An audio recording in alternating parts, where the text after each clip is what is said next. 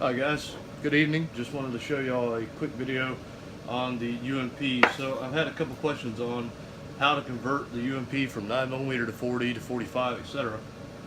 So I thought I would show you that real quick. So what we have is a factory HK 40 Smith & Wesson bolt that has been converted to semi-auto, and a factory HK 40 Smith & Wesson barrel along with two 40 Smith & Wesson magazines. That is what is required to get this to run in different calibers. So to start, we're going to pull the sling off. This is a factory UMP sling.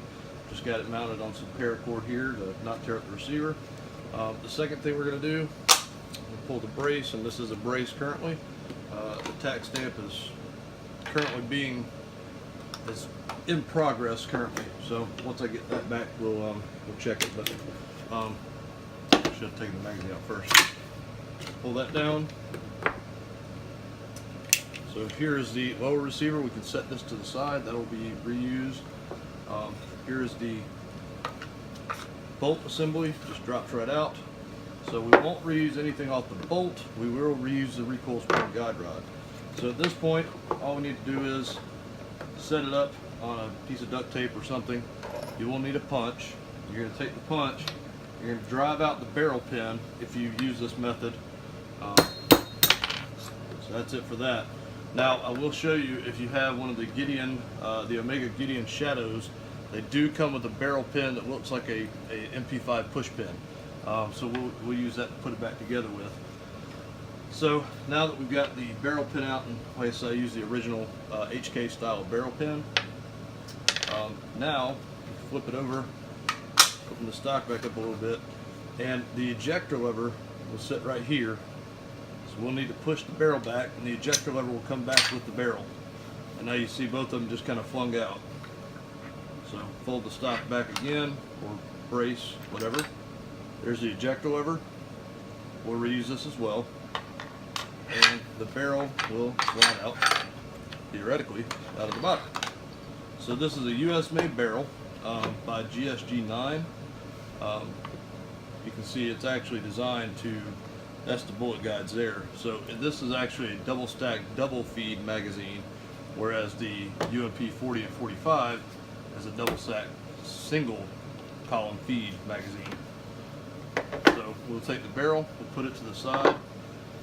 So now there is a, and I don't know how well you'll be able to see it, there is a ridge inside of the receiver, like a slot, and the barrel is going to slide down, but the ejector lever will sit kind of in the slot, and the barrel, so it'll sit in that slot like that, and the barrel is going to hook on right here. There's a lip on the barrel that will grab onto that and pull it, and I will show you that with it off. So that's the slot in the ejector lever, and it sits right there on the barrel like that. So as you push the barrel in, it pulls the ejector lever in. This ejector does need to be sitting in that cavity there for it to work correctly. So what I like to do is kind of get the barrel started. So you just slide the barrel down the receiver, slide it through the trunnion, just a short ways.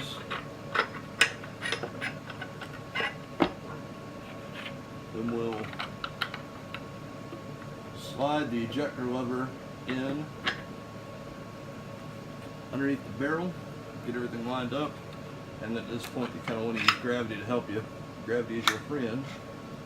So as you can see, the ejector lever will try to flop this way. You can't. You have to push down on it into the receiver this way and then pull down. Alright, at this point the barrel is in the right position. So if you want to use this pin, and we're going to, you take this, whoops, wrong pin, hopes we get the right one. This pin, you can take it, push it in. It is not so easy that you don't need a light hammer strike, so we'll tap it in slightly. There we go. Now it's seated, it should be flush and should not stick up above the receiver. And on the other side it'll be sticking out with that with the spring pin in there. And actually, it needs to go just a hair more. So we'll take our punch. There we go. And now you see it's sitting actually a little bit below flush. So now the barrel's installed. All right, now all we do is we're gonna take our original HK bolt, stick it in there with the recoil spring assembly in the back of it, just like so. And then we just take our lower, slide it on like normal, push back up, reinstall our push pin for the grip frame, and now it is in 40 Smith & Wesson. So that's how to change it. Some people have asked if this is reasonable to do at a range. If you had this pin, it wouldn't be horrible. If you're using an original HK barrel pin, it's a pain, but even then, you're gonna need something to knock it out. I say whatever caliber you're gonna shoot at the range that day, configure it that way, take it to the range, have fun with it. When you come back home, you can take the barrel out, clean it, whatever you need to do, and then put it back together in whatever caliber you're going to keep it in. This would be way too much of a hassle to do at a range. But anyway, just thought I'd show you all that, and hope you enjoyed it. Have a good day.